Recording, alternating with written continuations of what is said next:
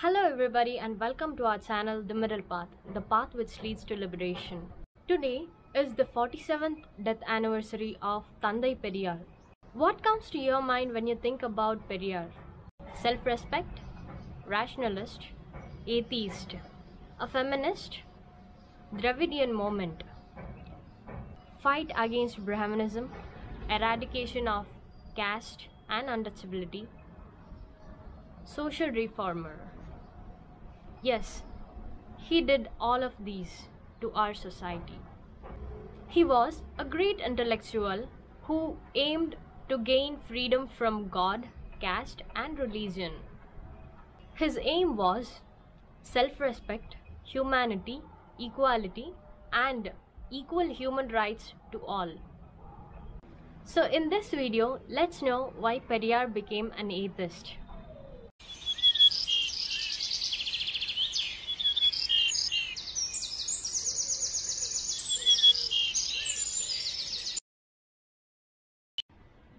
Periyar Erode Venkata Ramasamy Nayakar was born on 17 September 1879 at Erode town in Tamil Nadu. He was born in a family with a background of affluence, deep religious faith, strict adherence to established customs, and high regard for traditions. He was the second of 4 children, 2 sons and 2 daughters born to Tirumati Chinnatayammal and Thiru Venkata Nayakar. His father Venkata Nayakar was a rich popular merchant and a devotee of Hindu religion. His mother Chinnatayammal was a Vaishnavite. His formal schooling was brief. At 6, he went to a private school where he spent 3 years and thereafter joined the regular government school system and received instruction for 2 more years. Periyar was found eating food and drinking water in lower caste houses. Somehow this matter reached his parents. At that time, his family was very rich. His family was observing rituals like Orthodox Brahmins. Always there was talk of divinity in his house, which is also known as Kalakshepas. This was done to gain status and privilege in the society. His close moment with communities which were considered low and despicable was the main impediment to his education. He was punished for moving with the lower castes. His father did not allow him to school thereafter. He was not expected to move freely. He was considered to be a ruffian because of his movements and behavior. Thus, his school ended within 5 years at the age of 12. He then entered into his father's trade at the age of 12. He was in his father's shop, assisting him in his business. In those days, sannyasis, bhagavatars, religious mendicants had great sway over Periyar's family. The religious pundits, scholars of Vaishnavism and Shaivism were performing Kalakshepas, that is, the story of discourse with songs in his house. This was done to gain a status and name in the society, as Periyar's family was rolling in money. His mother used to hear the religious discourses with devotion. His father was simply pleased with all these. So far as Periyar was concerned, he naturally learned all about the Hindu religion and its Puranas. He used to put a volley of questions to the Pandits. For some, they struggled to answer. Different Pandits gave different clarifications. This made him more enthusiastic and incisive. Neighbors were struck with his intelligence, though sometimes his father felt annoyed in his heart, but he appreciated his brilliance. As a boy, he started questioning the contradictions and illusions in the fables of Hindu deities spread by the Aryan race, that is, Brahmins, for subjugating Dravidian race. Blossoming of rationalism slowly in the brain of Ramasamy took place. In 1898, he married Nagammal, who was of the age 13. He reformed his orthodox wife and sowed rationalistic views in her mind. 2 years later, a child was born to them, and within 5 months, the child had died. They had no children thereafter.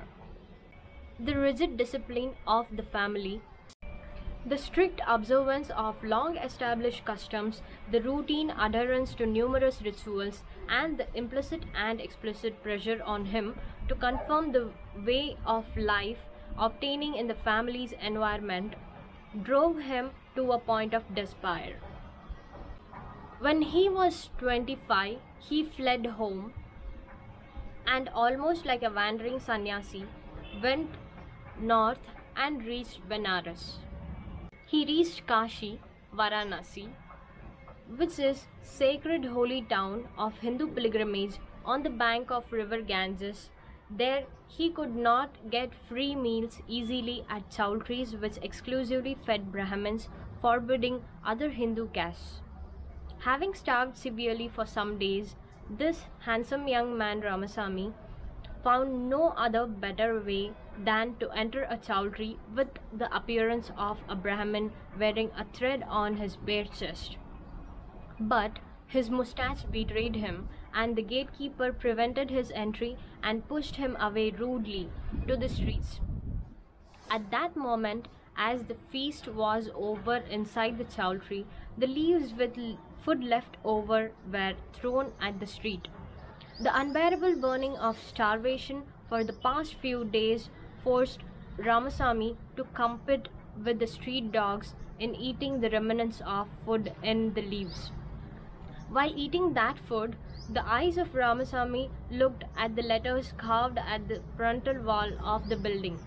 They revealed the truth that the chowdhury exclusively occupied by the highest caste, that is the Brahmins, had been built only by a wealthy merchant of Dravidian race from Tamil Nadu.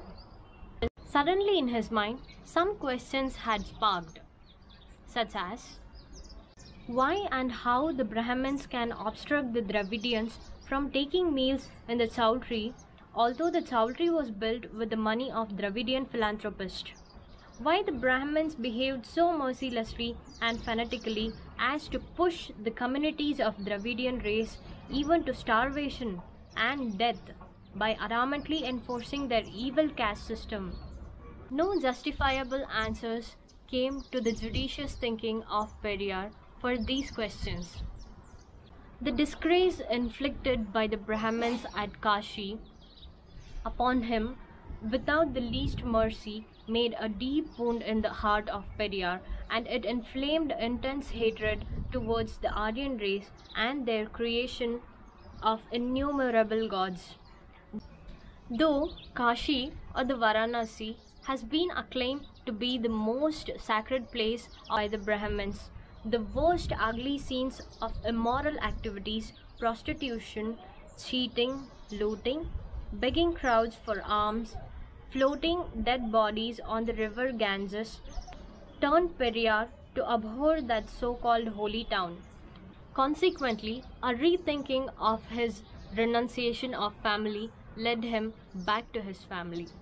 Thus, his journey to find a holy city, but was in no way holier than any other, made him experience and witness things that made him repulsive and revealing. He left Banaras, and when he was back in Hyderabad, his father succeeded in locating him and bringing him back.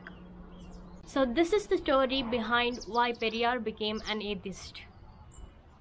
Thus, due to all these, he lost his faith in God, religion, caste, and the Hindu Dharma Shastras. Thus, he became an atheist. He quotes that, "If God is the root cause for our degradation, destroy that God. If it is religion, destroy it. There is no God. There is no God at all. He who invented God is a fool. He who propagates God is a scoundrel. He who worshipped God is a barbarian." Thanks for watching this video till end, and if you like this video, please give a thumbs up and please don't forget to press the red subscribe button and the bell icon so that you get more videos like this.